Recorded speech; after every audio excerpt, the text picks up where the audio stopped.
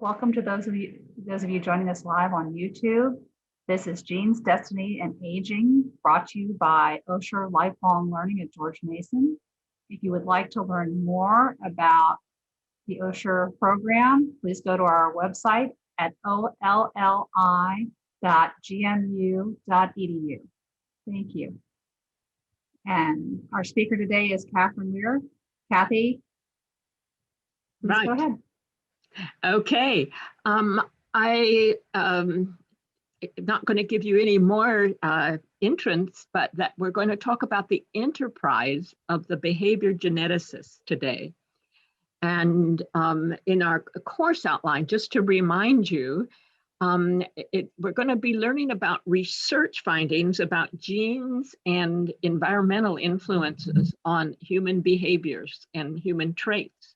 We talked about early studies last time, and we're going to look today at how you actually calculate the proportion of the variance that is due to genes or genetic influences on behavior. And our main example today is going to be the intelligence test score. The fourth week and this third week is actually going to be applying this method that we're talking about today to many different kinds of behaviors, like answers on personality questionnaires, points about your social or political views, and how much of those come from genetic or environmental pressures.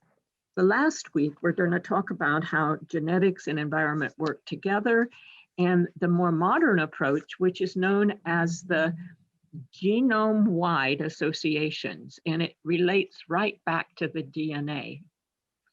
So let's get started. Today, I have one example that I wanted to just underline. There are ways that we can see environment can modify, and in this case, it's the brain of musicians.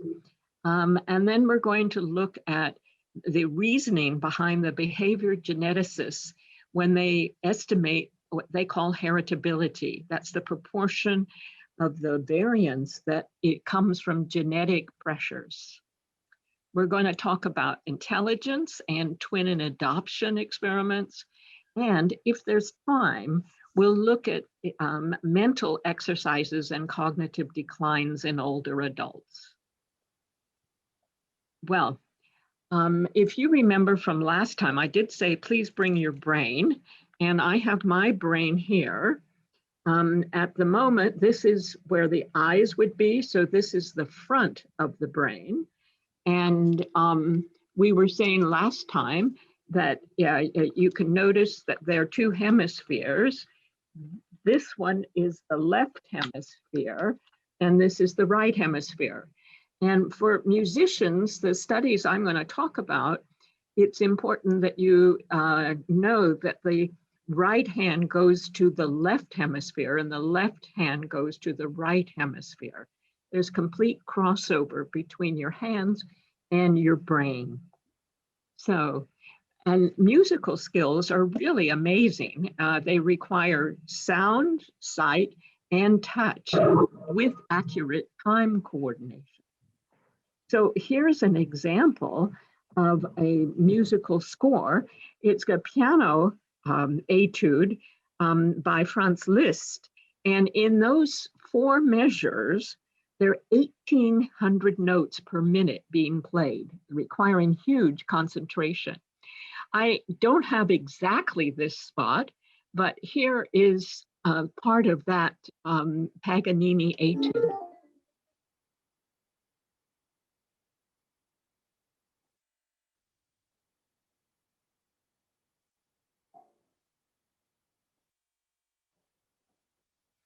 So if you were to listen to the whole, you would hear a huge number of notes being played at the right time.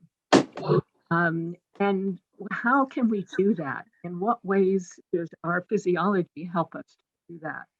Well, if you look again at the brain, one of the things that is known that there's a central, as if I had on a set of a headset, and just where the band would go, there's a central fissure in your brain. And just behind that is the place where we are able to perceive touch. And just in front of it, so touch, let's see, I think I can do that, is on that side. Just in front of that fissure is where the muscle movements, and it's usually called the motor area, are organized. So the first thing when a person's playing the piano, like in my recording, they can feel and touch the keys and move their fingers. And movement comes from that bit right in front, what's known as the motor cortex, blue in my picture here. To actually feel the notes, it would be here in the bright pink that's right behind that central spot. And in fact, it's not randomly organized. It's very carefully organized. And so if you look, this is like a cut through the brain. And what you can see, I'm just going to focus on this little part here. You can see that the thumb and then the index finger, the middle ring and little finger are all one behind the other with the hand. It's the same in all people have had this measured. And it turns out that this is the touch, the feel of the thumb on the piano, the index finger, the middle, the ring, the little finger. And right over that fissure is the control of the movement of the thumb, index, middle, ring, and little finger. And what you can see is that it's completely organized. And here's an example that underlines it. I hate to always say it, but my music teacher was correct. Practice makes perfect. But it actually changes that motor region in the brains of musicians. And here's a study. There were 9 string players in that study compared to 6 musicians, non-musicians. And if you think about string players, think of a guitar or a violin. The string players are changing notes with their left hands if they're conventional players. And they're using the right hand if they're playing a cello to bow, or if they're in a guitar to strum. Well, in the study, they applied very weak pressure stimulation to the thumb and the 5th finger of both hands. And they were able to measure the brain responses using a method known as evoked responses to find out what was going on in the brains of these musicians and non-musicians. The results, they got a stronger response from the left hand of musicians than from the left hands of non-musicians. Remember, the left hands are where the fingers are moving around, but they got no differences in the right hands of the musicians and non-musicians. And when they measured the distance in the brain between the thumb and the 5th finger in the brain, what they found that the left hand region for musicians, that's the right hemisphere, musicians had a greater distance than the non-musicians. But in the right hand region, that would have been the left hemisphere, the musicians and non-musicians had a similar distance. So what they concluded was more space was devoted to the brain's representation for the fingers of the left hand for string players than for non-musicians. And if you're going to be a good musician and you practice a lot, it indicates that that kind of environment actually changes the size of the representation in your brain for the motor control of your hand, your thumbs and your fingers. So I hate to say it, your teacher was right. If you practice a lot, it'll show up in your brain. A greater representation was found for the practicing body part in the motor cortex of the brain. I've often thought that if you went and you looked at soccer players, the bit for feet would be more given more space than for, say, chess players. And chess players would have devoted more space to movement of the hand. Well, let's move on and look at behavior genetics. Starting really about the 1970s, there was actually a building built at Colorado University in Boulder dedicated to behavior genetics. It still exists today. There's more than 100 workers there. There was a journal named Behavior Genetics that started about 1970. And they were interested in working out how much influence genetics and environment had to account for the differences among people for any particular behavior or trait. And the way they started is they said, these are conceptual equations for those of you who are sort of put off by anything that looks mathematical. The variability or the variance of any behavior or trait is equal to a genetic piece and an environmental piece. That was how they sort of started. But when they started developing and collecting data, started developing these ideas, they realized that, okay, there's a genetic part and there's an environmental part, but every test has an error of measurement. People get really upset when they hear that about COVID tests, that there's an error of measurement. But as far as I know, nobody's ever gotten a perfect method of measuring things that doesn't have at least some error. But as the behavior geneticists went on and did more and more studies, they actually decided that you have to take the environmental part and divide it into two pieces. One piece is what they call the shared environment, and that's shared within the same household. And an environment that is not shared, sometimes it's called the unique environment that happens to a given individual. So that the equation that you'll see a lot, or the pie charts that you'll see a lot, have a piece for genetics, a piece for the shared, or sometimes called family environment, and a piece for environmental effects that weren't part of being in the family, that were unique to that particular individual. And you've always got to have a little wedge here for the error of measurement for whatever it is you're measuring. This, for instance, represents the IQ data for a group of 12-year-olds. And what they actually found out was about 50% of it is due to genetics. This is the variance. And for those of you with a statistical background, variance has additive pieces. That's why we can put it in a pie chart. About 19% comes from the shared environment, from being raised in a certain household and living there. And the non-shared environment accounts for around 21% at 12 years old. Of course, there's this error of measurement, and IQ tests have very small errors of measurement. When we talk next week about personality, you'll see that their error of measurement is more like 20, 25, sometimes even as big as 35%.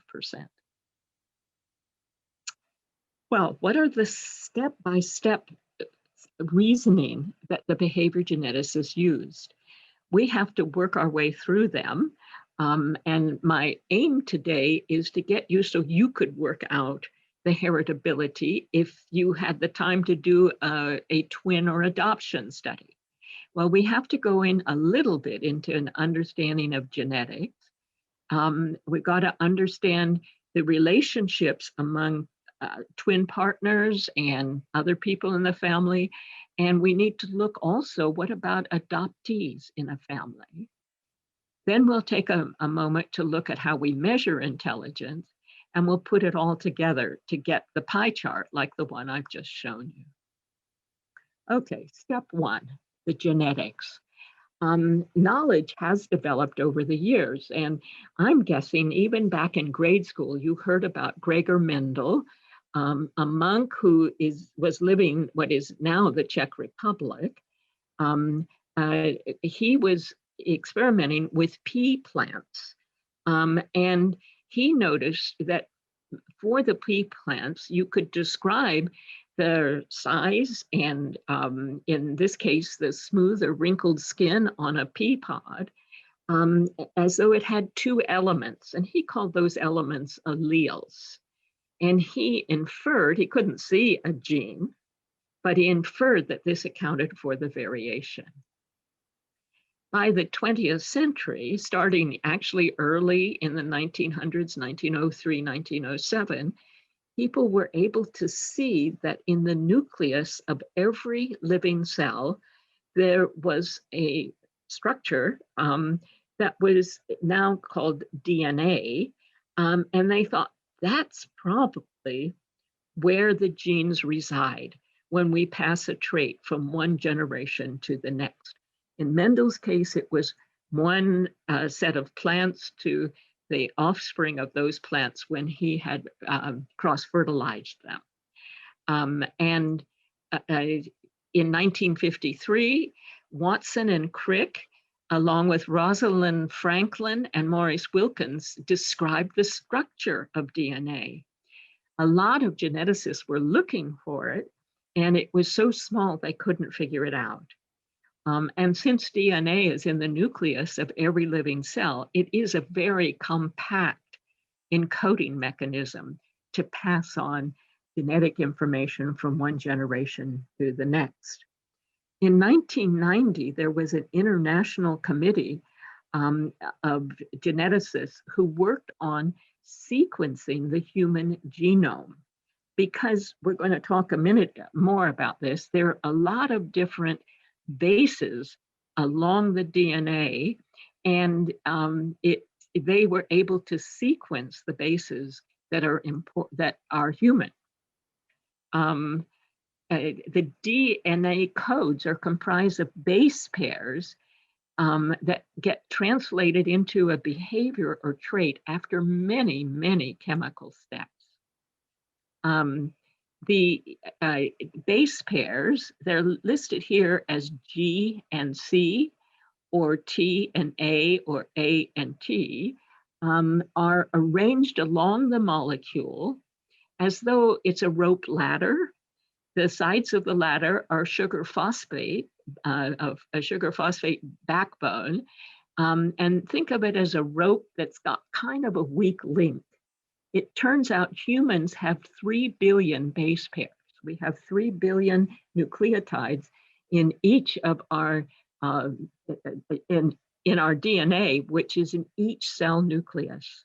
There is DNA in other parts of the cell, but we're just going to deal with that which is in the nucleus.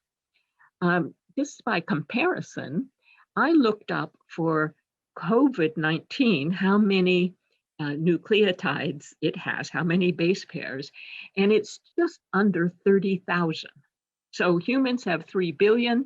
Those little viruses with 30,000 come in and change some of the codes so that it puts people into cases where they're ill in different ways. One of the things that the geneticists noticed was that these base pairs were really one of 4 different chemicals: adenine, thymine, cytosine, guanine. And they're usually called ATCG, as you can see here. And they actually only occur in those pairs.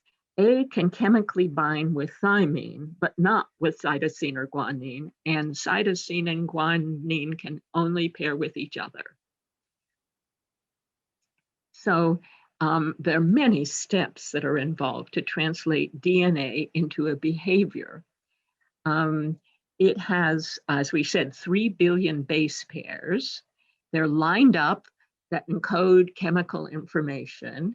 One of the speakers last term likened it to reading the barcodes in the grocery store.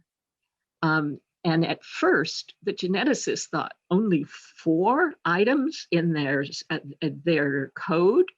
That means that's really, how can that possibly account for genetic effects in humans? Well, what they found out is the sequence of nucleotides along that ladder code for 20 amino acids that humans need for life. If you like an analogy, it's like letters that make up words, where each word is an amino acid, and the letters are the nucleotide sequences.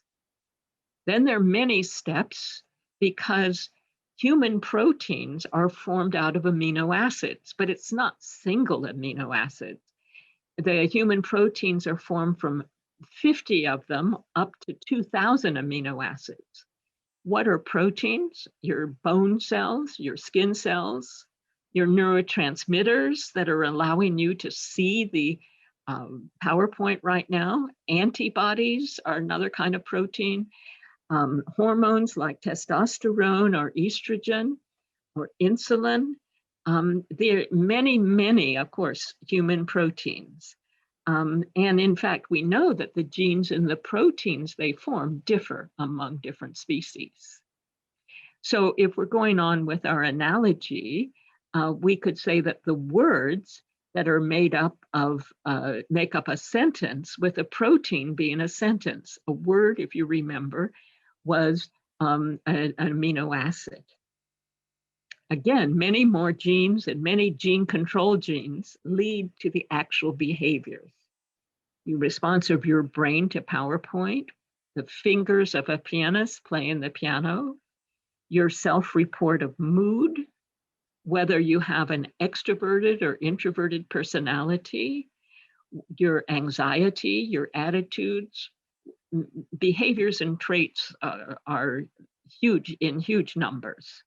And somehow some portion of that has been influenced by the DNA. And that's the enterprise of the behavior geneticists.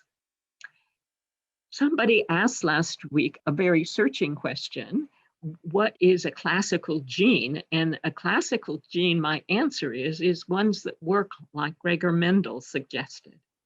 A more modern definition is from a book by Kevin Mitchell, which I put in the book list, and I'll send that book list again, where he says it's a stretch of the DNA code. So here's a cell, here's in the nucleus, has some chromosomes, and any stretch of DNA along can be considered a gene. And we have gene A, gene B. If we were to just look at gene A, we code for where and when protein A is made. Remember that the actual codes make amino acids. Amino acids get put together chemically to make the protein. Some of them regulate the making of the protein. Here's the codes. Remember, it's just these 4 different bases. And that might give a message that is given to the RNA, what's known as messenger RNA, to form a specific sequence of amino acids to make something chemically put together to make your skin cells, for instance. And if you think about it, the 2 vaccinations that are around right now, Moderna and Pfizer's, both of them are dealing with the messenger RNA. Here's a little bit more. You can think of it as DNA consisting of dumb molecules that blindly obey the laws of chemistry. Together, these molecules, which are the same in each of our trillions of cells, produce life in all its amazing complexities. And remember, DNA actually in humans has 3 billion base pairs. In 1961, Crick and Brenner actually thought they got the solution to what a gene really is physically. And they found like a set of 3 bases is a gene translated into an amino acid. For instance, adenine, adenine, adenine sequence along the ladder codes for phenylalanine. It's an amino acid that happens to be in almost all of our foods. And we'll have an example in a little bit of a person who is unable to metabolize, to use phenylalanine, who ends up having a very low IQ. But one of the things that we know about phenylalanine is it's involved in pigments of the skin. It can be used as an antidepressant. There are many, many different functions of that amino acid.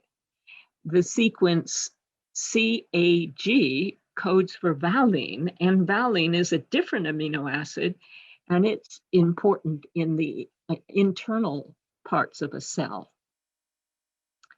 Humans are said to have 20,000 genes. And I just want to underline something we talked about last week. 1 to 2% are genes that make individuals different from each other. The rest is the same for all humans. And that's the rest that the behavior geneticists are interested in, where we can have differences. 75 to 90% of the DNA is non-coding, sometimes called junk DNA. But as time has gone, we now know that it has important functions, such as making RNA. We just don't yet understand the codes. Well, chromosomes. The DNA is not one continuous ladder of nucleotide rungs. It's broken into 23 chromosomes in humans. Chromosomes differ. Some are longer than others. And for instance, the shortest ones are only 50 million nucleotide pairs. And some of the longest ones are 250 million. Remember, we have 3 billion of these nucleotide pairs. The number of chromosomes is different for different species. And this was a bit of the information that was discovered quite early. Humans have 23 pairs, gorillas have 28 pairs. Fruit flies have only 4 pairs. But the fern, a plant, has 631 pairs. So some geneticists are busy working out reasons for the differences for the different species. But for our purposes, we need to think about parent-to-child inheritance. When a child is conceived, each parent contributes 23 chromosomes to the child. Half of that's parent's 46 chromosomes. The parent and the child, therefore, shares 50% of their genes. It's useful to know terms. An allele, that's what Gregor Mendel was working with. It's one partner of a chromosome pair. Remember that to make a ladder, you've got to have one from each side. And an allele, one side comes from mother, one from father. I'm pretty sure you'll remember back in the olden days, dominant and recessive alleles of classical genes. But I'll mention it. If parent 1, we're going to talk about capital T as the trait, that's the dominant trait. Let's say that it's brown eyes. If the mother and the father both contribute capital T, the dominant allele, the offspring will have double T themselves. If the parent has one capital T and one little t, one dominant and one recessive trait, let's say the capital T goes with dark or brown eyes, and little t goes with blue or lighter colors eyes, hazel, for instance. And you can have a third kind of person who has 2 of the recessive alleles and they actually show the recessive trait, and that's the people who will be blue-eyed. Anybody with one capital T will show darker eyes color. So from parent 1 to parent 2, you can see, let's have one parent having this mix of the known as a heterozygote, that one dominant and one recessive allele. Let's have the second parent, the blue-eyed one, having two recessive traits. And then since when conception occurs, it's all meant to be random, which half went to which sperm and which half went to which ovum, what you find is half of the children in this case will carry the recessive trait, will be blue-eyed, and the other half by chance will in fact be the heterozygotes or show the dominant trait of brown eyes. And here's the array of 23 pairs of chromosomes. To have them look like this, you have to do a spectral karyotype. You have to stain the cells with a fluorescent labeled probe chemicals to make them all these pretty colors. You have to have a fluorescence microscope and appropriate software, and then they can be organized. And as you can see, they're actually organized almost entirely by size. Chromosome 1 is the longest, down to 22, which is the shortest. Except the last one is known as the sex chromosome. In women, it's XX, and in men, it's XY. This is, in fact, an XX example. The Y is much smaller, and you can see. But in general, we talk about autosomes being those that are 1 to 22, and the sex chromosomes, the 23rd pair. There are a few cases in psychology of Mendelian inheritance, where there's a single chromosome involved in a syndrome that involves behavior. For instance, a dominant disordered from a dominant allele is Huntington's disease. Fortunately, it only happens in 1 in 20,000.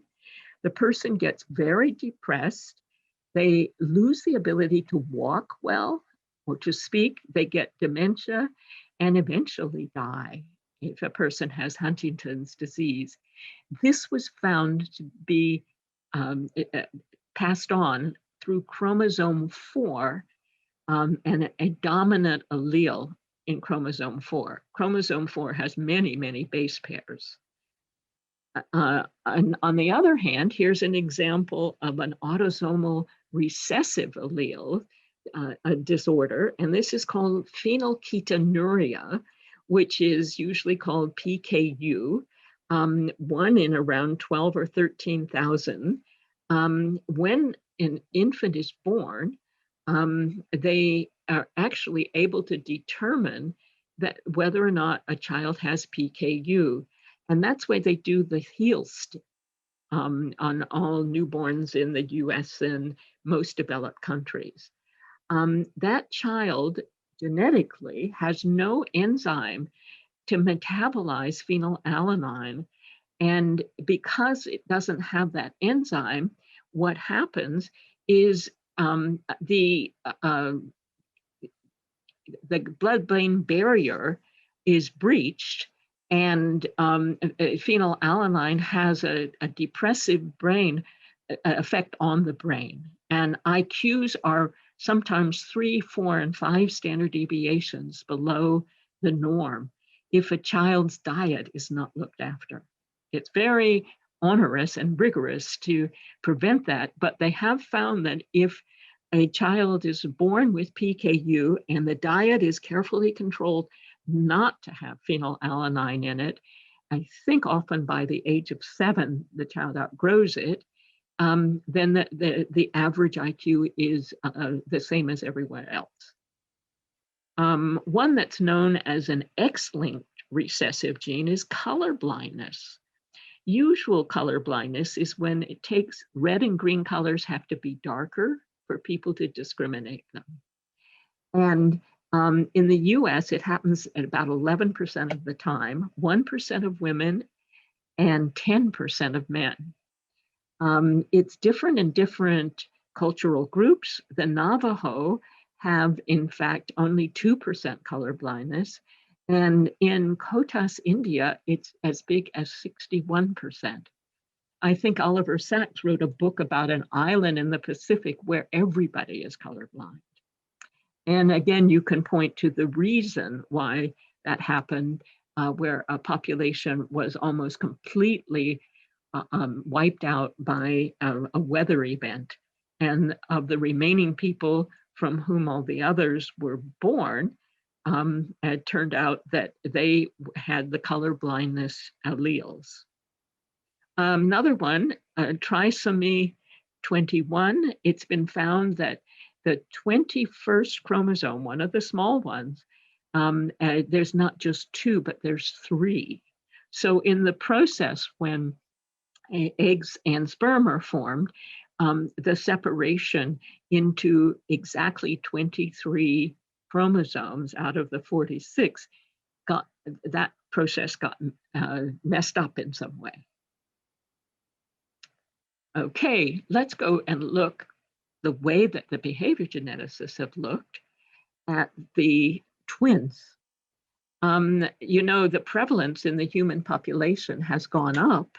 It's now about 3%. That's 1 in about 33 births.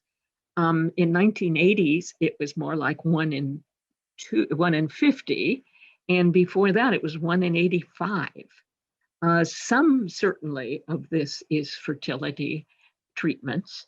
And interestingly, since 2014, the prevalence has gone down, but not very much. But there are basically 2 types of twins, the identical or fraternal. The identical are known as monozygotes.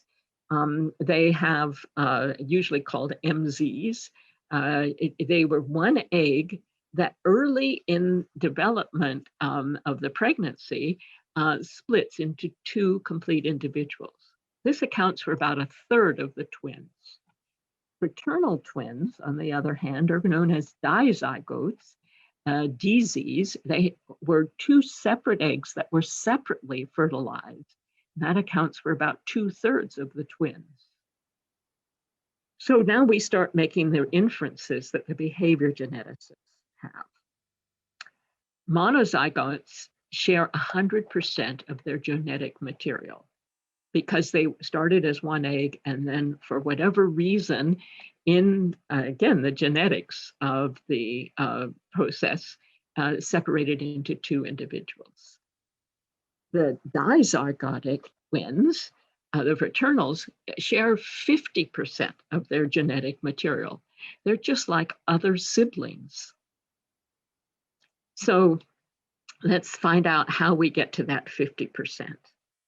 Each twin partner gets 50% of their genes from their father. So that's 2 different people. So on average, they share half of the genes contributed by the father. That is, of the 50% of the genes the father gives to twin A, and of the 50% given to twin 2, since it's all a random process, they'll all 3 share 25% of genes in common. The same is true about each twin has 50% from the mother. So on average, they share half of the genes contributed by the mother. That is, they'll each share 25% of the genes that are common to the mother and the other twin. And so when you add up the fact that we've got 25% from the mother and 25% shared by the father and the twins, we end up with 50% shared among the siblings. That's true of any siblings. A difference with fraternal twins is that they share the environment of the womb. as opposed to your ordinary brothers or sisters. Well, here are some of the concepts. The one point that the behavior geneticists make is the similarities between identical twins raised together will be 100% of their genetics. I'm calling it G here, plus something to do with their shared environment that shared in the family. What about the similarities between fraternal twins raised together? Well, they share 50% of their genetic influences, half of G, plus the shared environment. We can call it 0.5 G plus shared environment. The similarities, what about the similarities between identical twins who were raised apart? You may think that doesn't ever happen, and it's certainly not very frequent. But in their case, the similarity between the monozygotic twins raised apart is simply 100% of the genetics. They started from the same ova and from the same ovum, and it turns out that, but they weren't raised in the same environment. So we just simply get the genetic element. What about the similarities between fraternal twins who are raised apart? Well, we know they share 50% of genetic influences, but they wouldn't be sharing in any environment because they were raised apart. And so we get a half of genetics, or 0.5 G in that situation. So you can see what the behavior geneticists are going to have to do.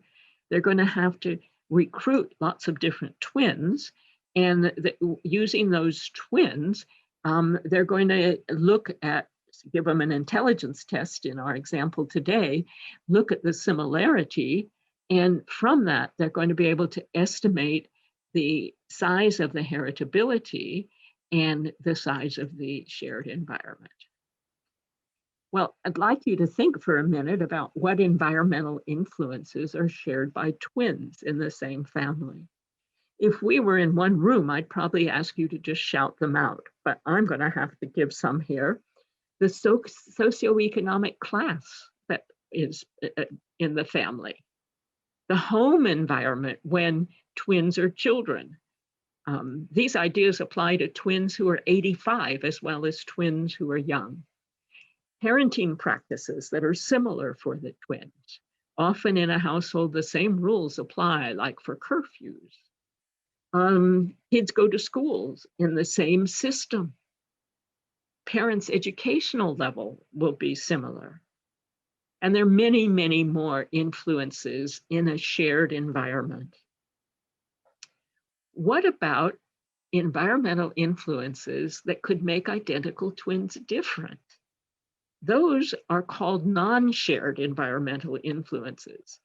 And the behavior geneticists had to start looking at these because when they got together their groups of people who were twins and looked at adoption studies as well, they found there was a whole lot of environment that they couldn't explain by some of those shared environmental influences.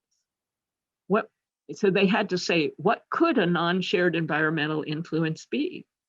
What about having different teachers at school? If you had monozygotic twins or just two siblings, you might get quite different interests depending on who's your teacher. Different kids go with different gangs, don't they? And the friendships can make it different. And if you think of you and any siblings or you and any family members, you'll know that having different sets of friends can make quite a difference in the behavior or the interest in academics, which might influence your intelligence test score. Differential nutrition. If we go to adolescence, you might find one group only eats junk food and the other is the younger brother is really into being a vegan.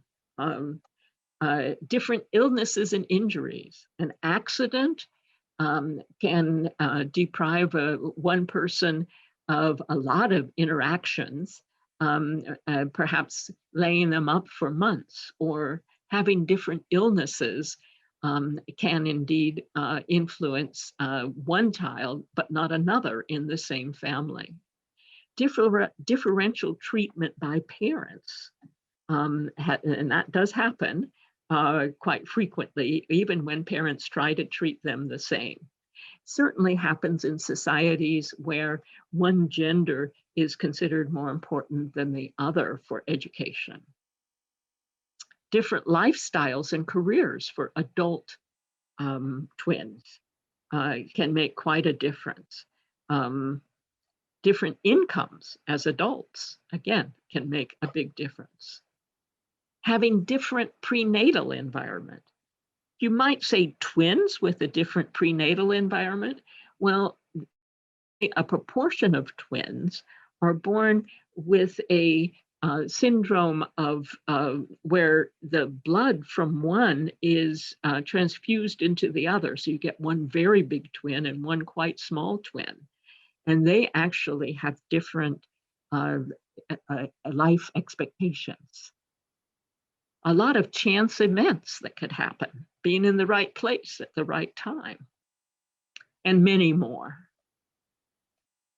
So how do the behavior geneticists work out and their genetic and environmental influences, the conceptual equations? Identical twins that are raised together, that's what the T stands for, MZT. So if we measure the similarities they have on intelligence, then we have 100% genetics shared and the family environment shared. Fraternal twins will have the dizygotic twins raised together, share half their genetics and their shared environment. What about a parent with a child? It's the same as fraternal twins. Each parent hands on half of their genes to the offspring, and it's in a shared environment. What about an adopting parent with an adopted child?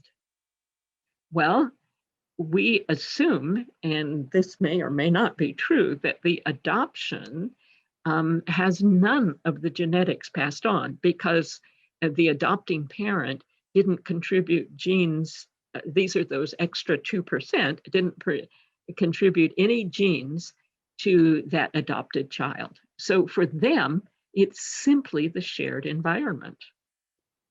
What about a biological parent with an adopted away biological child? This was used in a lot of studies where certainly at one time, there were homes for unwed mothers and who were encouraged to adopt away their biological child. And some of the researchers have done IQ tests on the biological parent, and some years later, able to follow up and do an IQ test on the biological child. So any similarities between the biological parent and the adopted away biological child should be simply half of the genetics. That's because of the general kind of passing down half of the alleles, but no shared environment. And in fact, nowadays, in blended families, we get a lot more of these conceptual equations. And people have used those. Whoops, I want to go back one. I think if you've got it there, Meg, can you do poll 1? I wanted to see how well you are following. And I've given you a couple of examples here and to see if you can. Which conceptual equation describes the behavioral similarity between a father and a child, assuming the child lives at home until the age of 20? You've got 3 options. .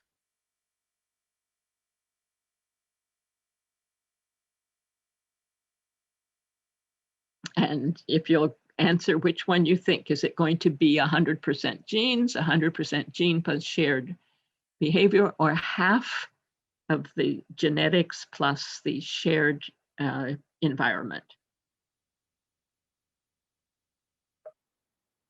And okay, in the second one, which conceptual equation describes the behavioral similarity to a person who grows up in the home of biological parents and an adopted sibling who also lives in that same household? Right, okay, it looks like you guys have understood. The correct answer for the first one is half of the genetic material plus the shared environment, letter C, and 91% got that one.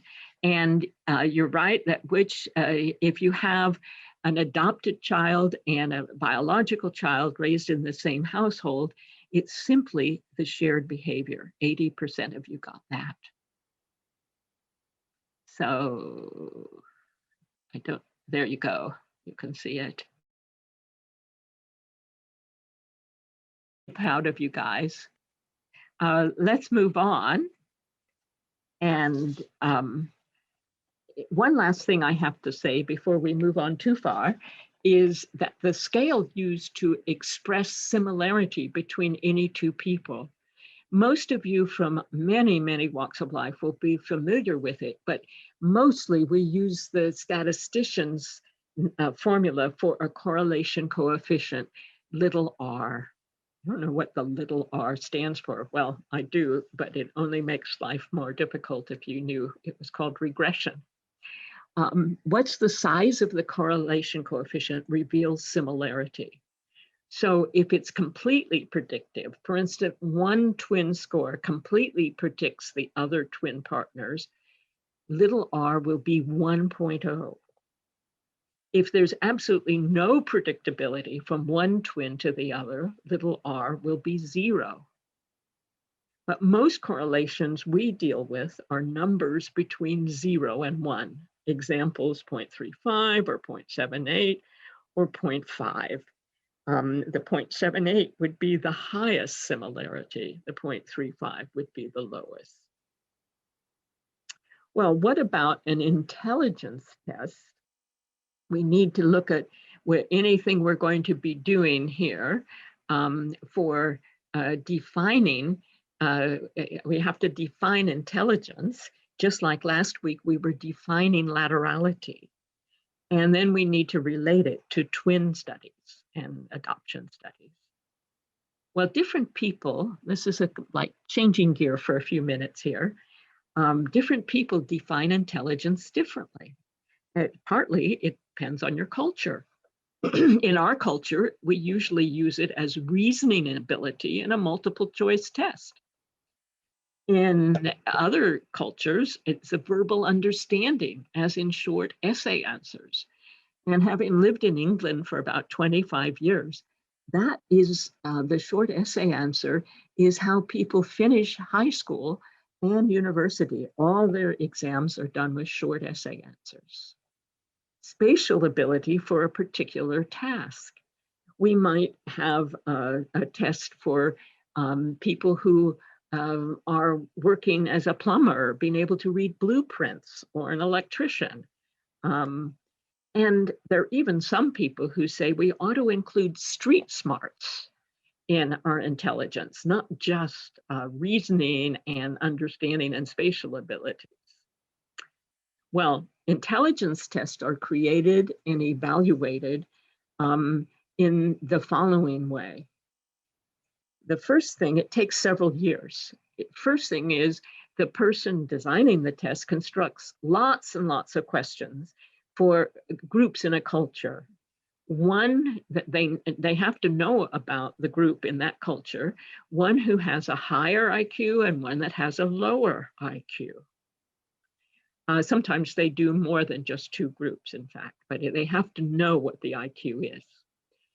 After they've collected all these data, they then choose the questions in their big sample of questions that distinguish the higher from the lower groups from their first study. So they want to pare down the number of questions so it's reasonable for how long people will sit and take a test. Then they have to recruit a big new group, several thousand, maybe 20,000, give the shortened test with the questions that were the most discriminating between the higher and lower ones. And when they finish with that, they make the average score. They say that's the norm or the average.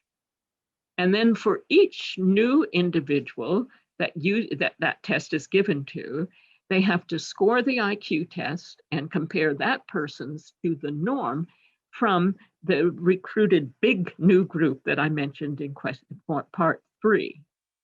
We now have a standardized intelligence test.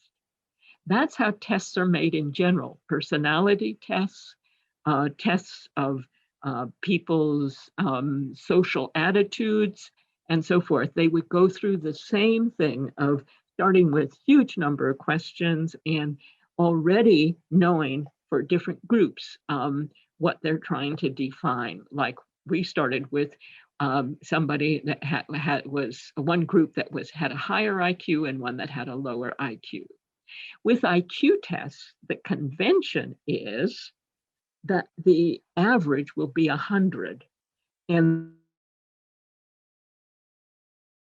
deviation is a measure of variability. And you can scale the scores so that that works.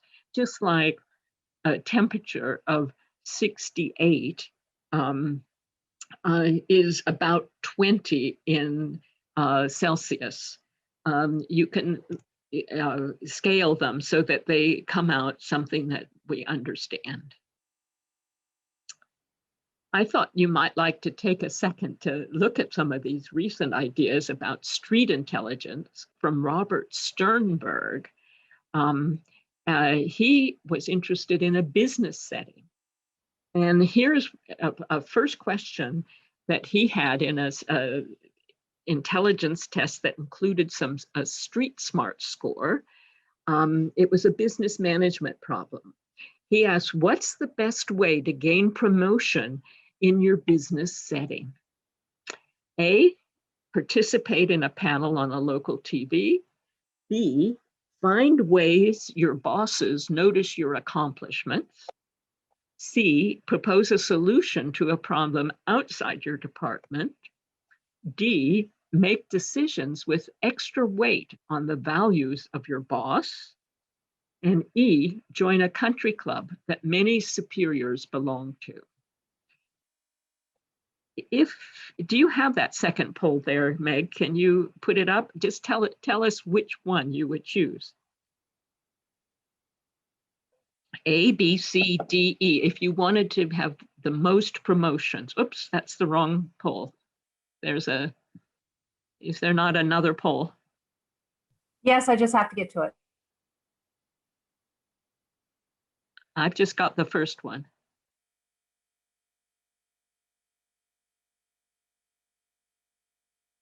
Well, if we can't get those, yep, that's it.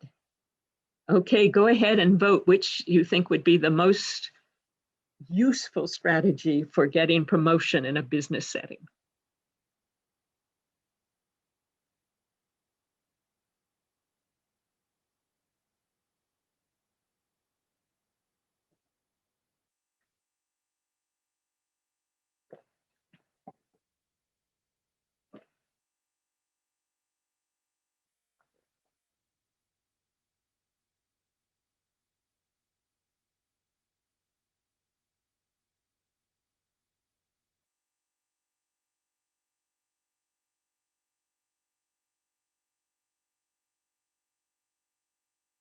Give you a few more seconds.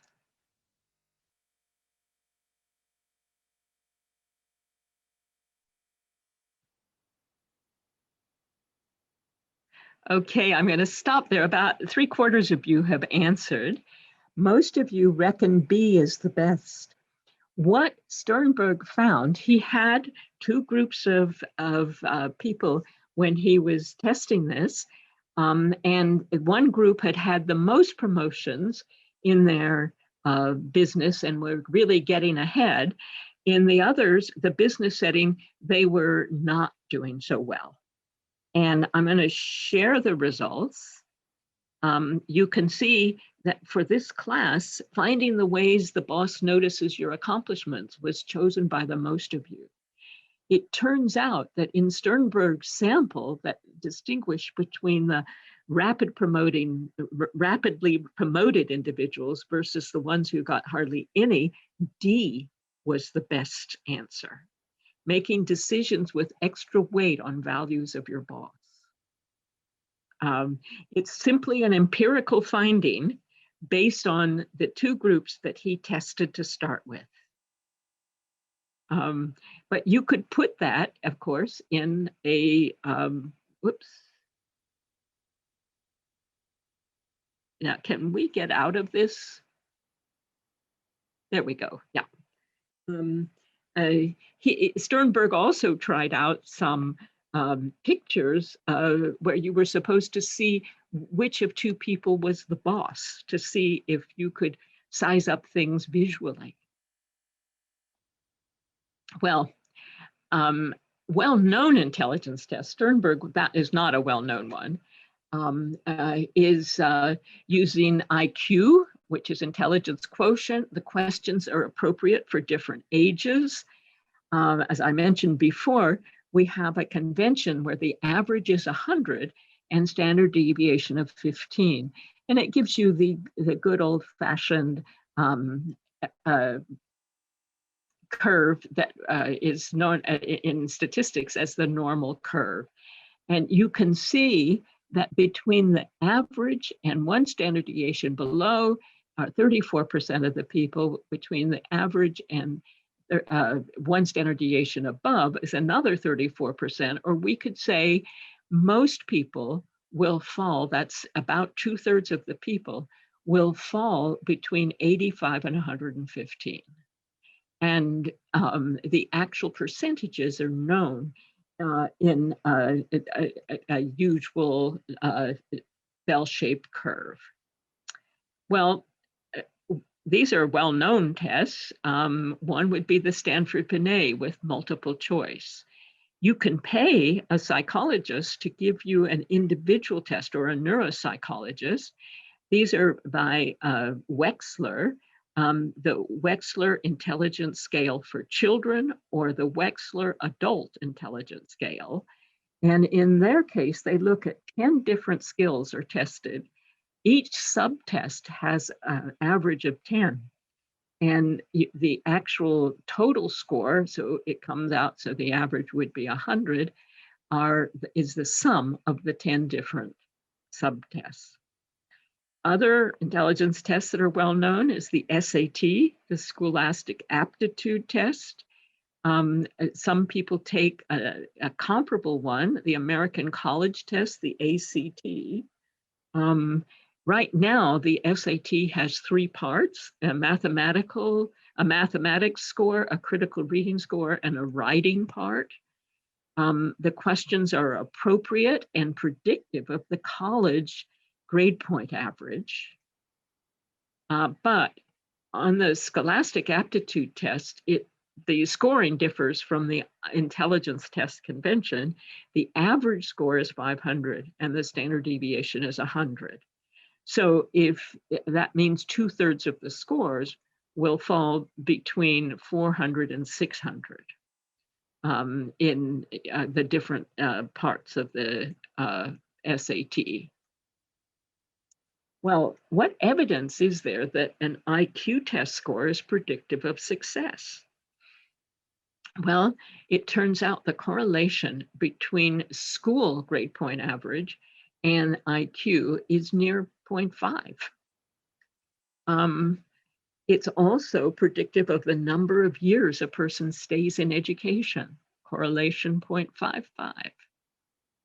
It's known that the SAT predicts college GPA. In fact, that's usually first year GPA.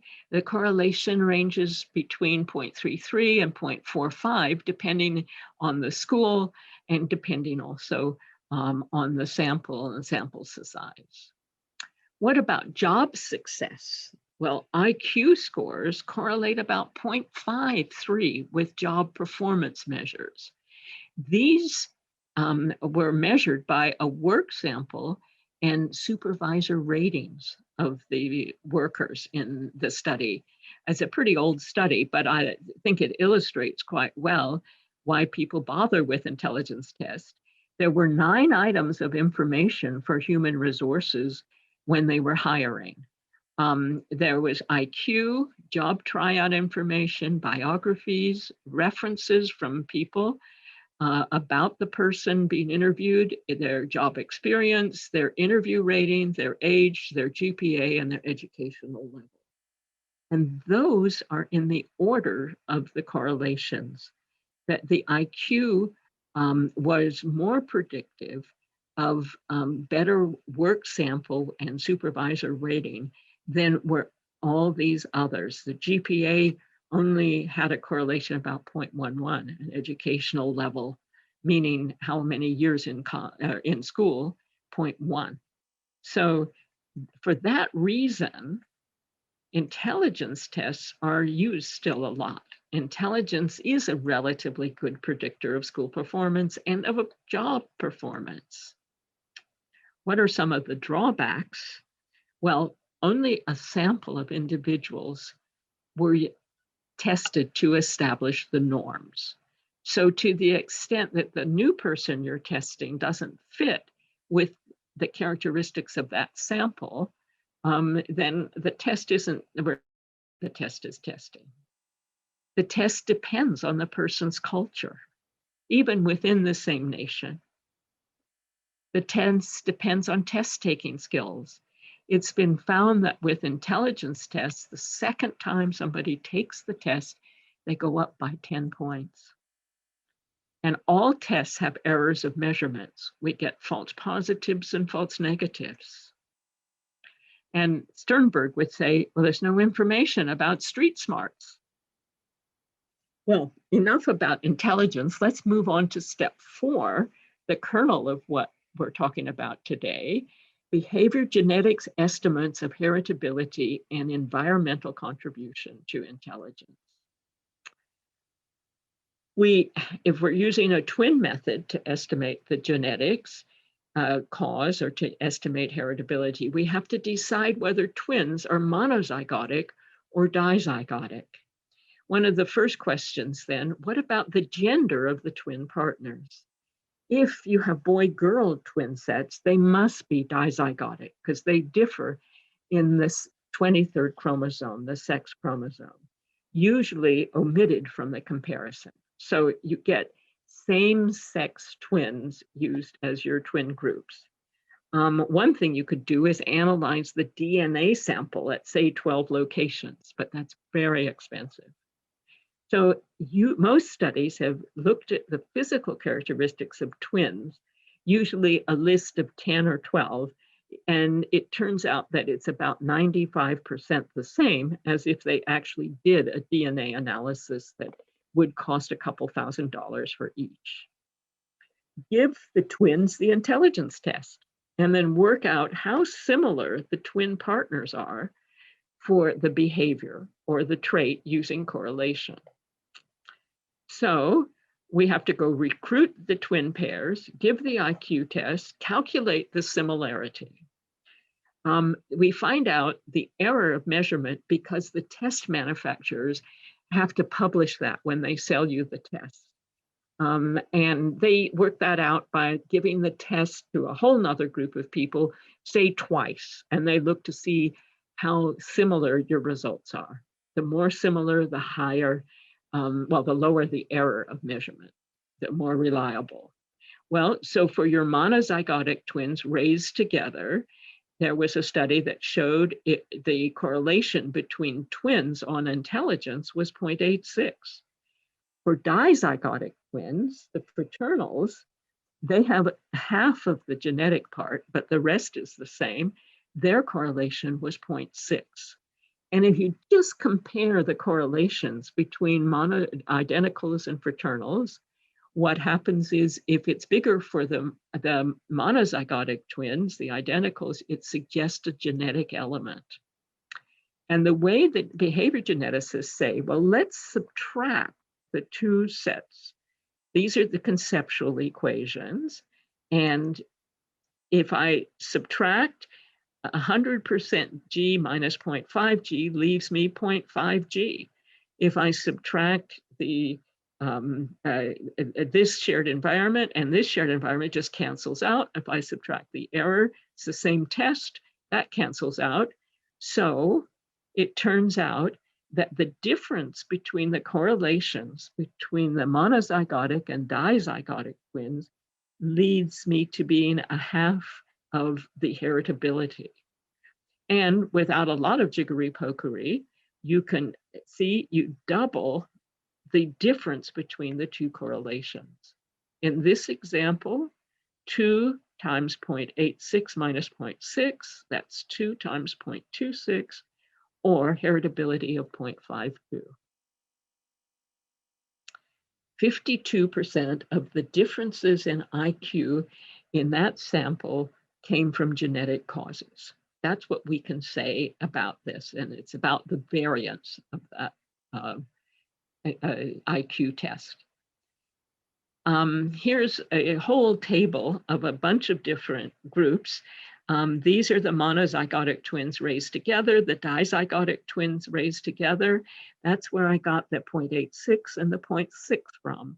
And you can see he had around 5,000 twin pairs in each group. If you want to find monozygotic twins raised apart and adopted apart, you're going to have many smaller numbers. And it turned out their correlation, even though they'd been raised apart, was 0.72, something bigger than the 0.52. I guess not so surprising. What about the adoption side? An adopting parent and adopted child. Conceptually, all they share is the environment of living in the same household. In that case, Plomin had 1,400 pairs of an adopting parent and an adopted child, and the correlation came out around 0.19. What about unrelated adopted children in one family? He had a sample of about 700 here, and there was a higher value for this. Whoops, I don't want to move yet. What about the biological parent and the child who's adopted away? Well, in that situation, what we have is they share half the heritability, half G, plus the error. And in that case, the G would be 0.44.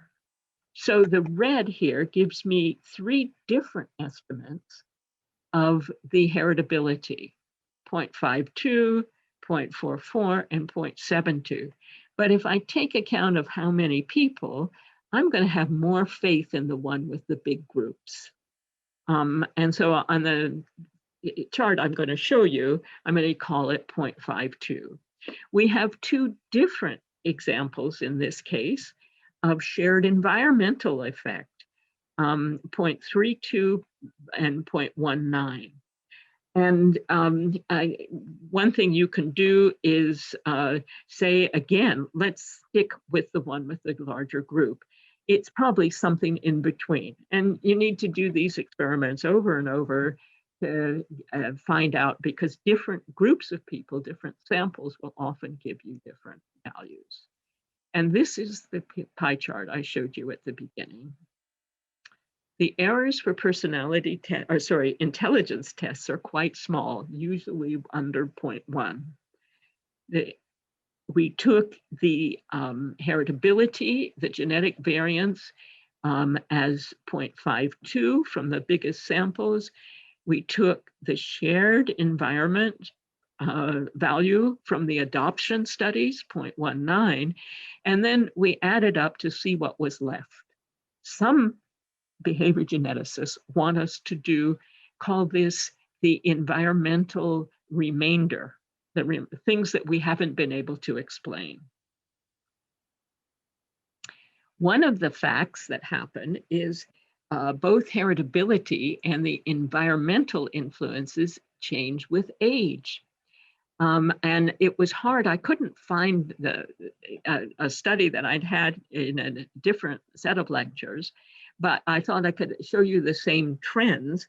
What we find is that if we have twins that are younger, 9 years old and 12 years old, in this study they had 45-year-old twins and 75-year-old twins, that the heritability in the two younger ones was around 0.5, just like we've seen.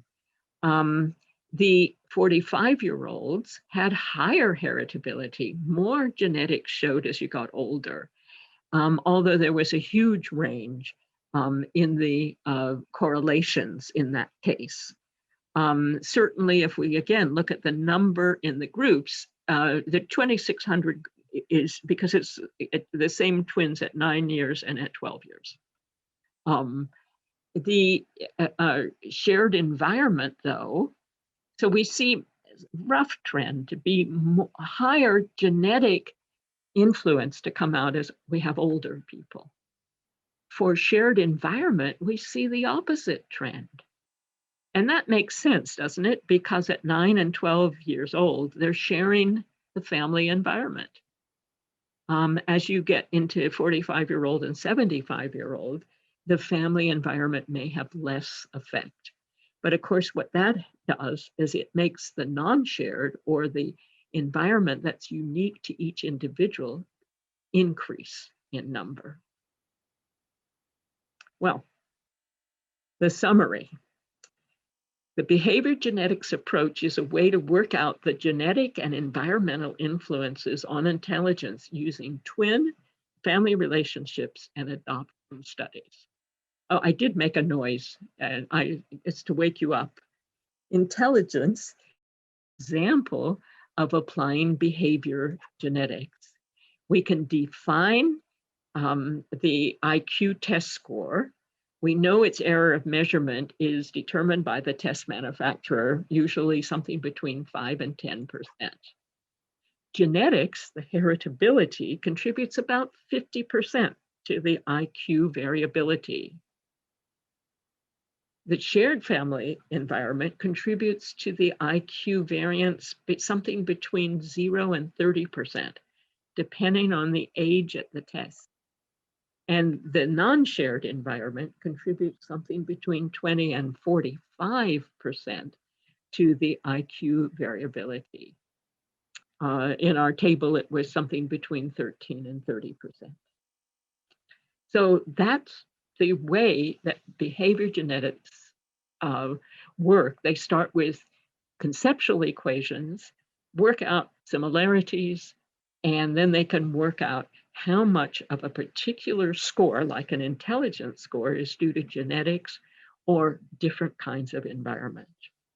Next time, we are going to apply this to, let's say, a personality variable, or maybe to that it's been done on whether people have political opinions that fit more with liberal or conservative values. We can apply it to almost anything. And we can see if there's an element of the genetics or environment in that. So that's me finished for today. And next time we'll be applying this same method to these other kinds of testing. Ooh, not so many questions. Isn't the SAT as college entrance requirement going away? Well, and the question is, I think each college, each university decides whether they're going to, the criteria for entering. I used to, at Colorado College, I was on the committee for admissions, and they looked at the SAT and looked at its correlation at Colorado College with the predictability of the person finishing college and also the GPA, both at first year and fourth year. The problem, of course, is if people find that the SAT or the ACT is not very predictive, then they'll go out of business and there won't be tests. I think it's one of those things that's being decided. Actually, they're having an interesting problem right now with the coronavirus as the parent of a college-age student. They're not being able to give the tests, so they're not relying on them now. So this may get answered in the near future. Yes, yes. One of the things I found was interesting when I was in part of London, I did an analysis as to how helpful it was when we interviewed students to come in as undergraduates. We took a whole week for the whole department to interview a bunch of students, and the class size was only like 85 or 90 people. And one of the people in the department said, let's take a random sample of the people we don't choose on the basis of interview. And we'll follow them through and we'll compare them. And it turned out that the random sample people did just as well as the ones that had been selected, and took all that academic time of the interviewers. And so we dropped the interview. It also took a great deal of administrative arranging to get interviews each day. It was a department of about 25 or 30 professors. Yeah, I mean, people are constantly evaluating the use. Is in stating the percentage of variance explained by any one variable? The percentage of variance is additive if you know your statistics. And that's why they could come up with the environmental non-shared, because they said, well, something else has to explain it. With a correlation coefficient, whoever's asked this question, oh, it's Jeff Milstein, is R squared is the percentage of the, somebody's having a nice cup of tea maybe. And that is one of the statistical findings. But behavior geneticists come at it the way I've just shown you. And it's not simply R squared. They have to look at the groups of the fraternal twins versus the identical twins, and also work their way through. They're not, they are all aware that R squared is usually the percent of one thing predicted by the other. Yep, the IQ tests can be greatly influenced by some conditions such as ADHD, and that is certainly well known. And there are also a lot of, I know I've run out of time today, so, but I will show you next time that the WAIS and the WISC test have these 10 subtests, and they show different parts of the abilities.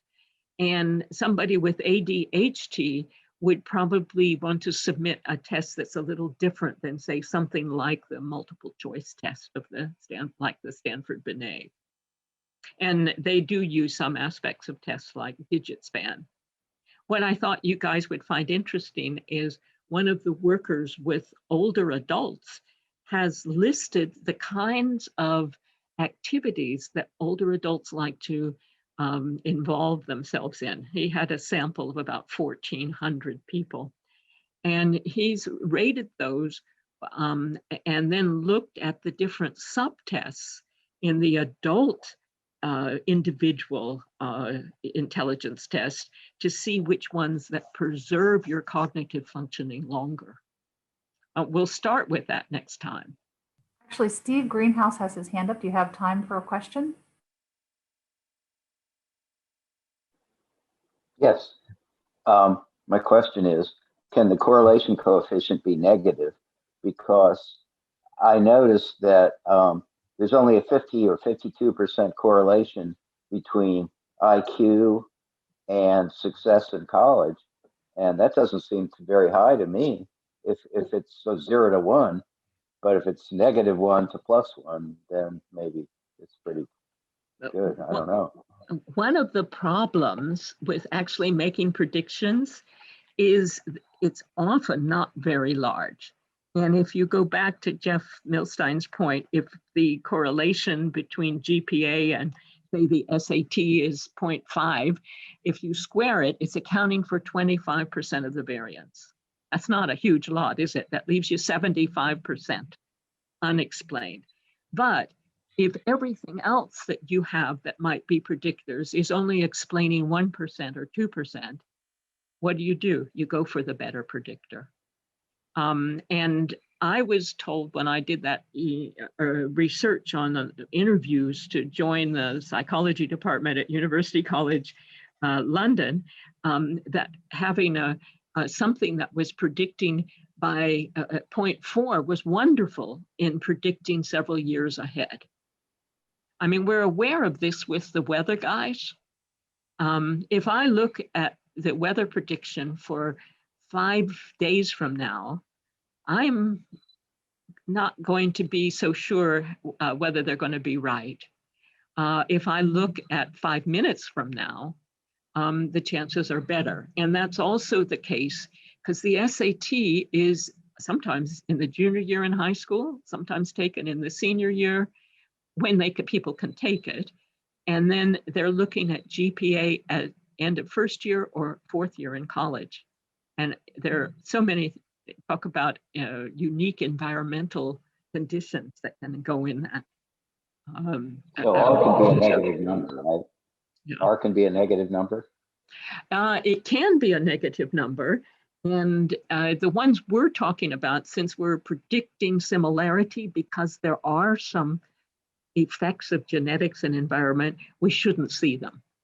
And one critical, I remember I said at the very beginning, first-class critics have been interested in nature-nurture questions.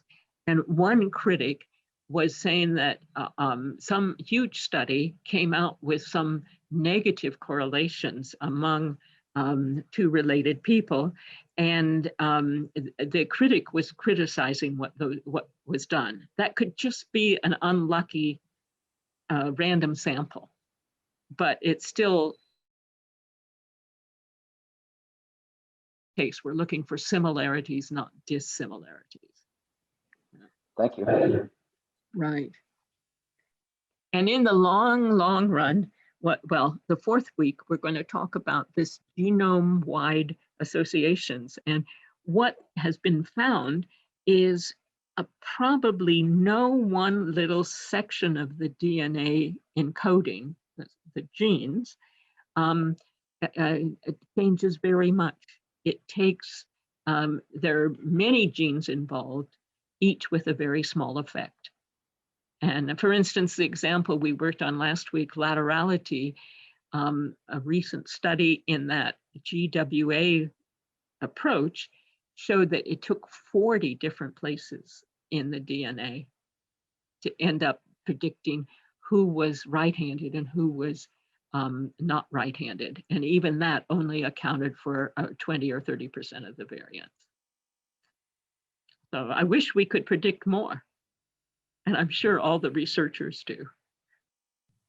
Okay, thank you very much.